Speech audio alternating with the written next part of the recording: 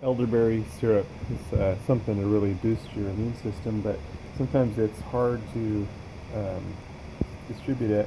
What I found works really good is after you let it cool down, and when your honey jar gets down to the bottom, put it in the honey jar. Works really good. Makes a really good distribution system.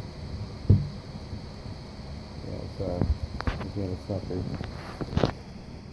easiest thing to put it in a Tupperware or something like that. We'll empty it into here. Makes it fairly easy. It's fairly easy. Not perfect,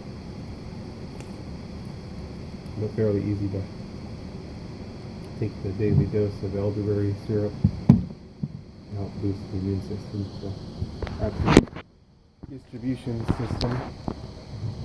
I can try to put a link for making the elderberry syrup and for the elderberries in the description, but I found this was a nice easy way.